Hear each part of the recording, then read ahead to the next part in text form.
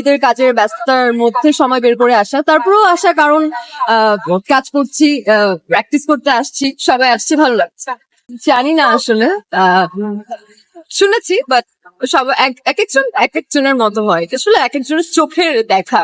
উনি খুবই সুন্দর, বাট আমার কখনো মনে হয়নি, আমাকে নিজেকে নিজের মতো লাগতেই ভালো লাগে আর কি। খেলাটা উপভোগ করি না, বাট এখন মনে হচ্ছে যে এত বছর পর এসে খেলাটাকে একটু উপভোগ করতে পারছি। আই থিঙ্ক আমার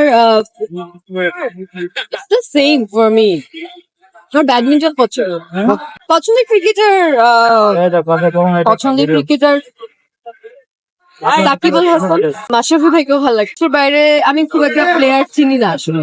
ফুটবলের কথা বললে আমার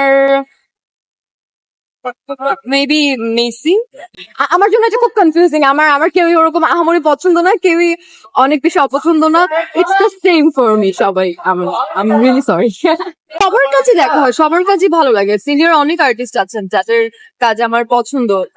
অনেকবার বলেছি আমার রফি করিম আপুকে ভীষণ পছন্দ, জয়া আপুকে ভীষণ পছন্দ, অনেকেই পছন্দ, নাম বলে শেষ করা যাবে। বর্তমানে নাটকের শুটিং নিয়ে ব্যস্ততা যাচ্ছে, আর সে পড়াশোনা আছে।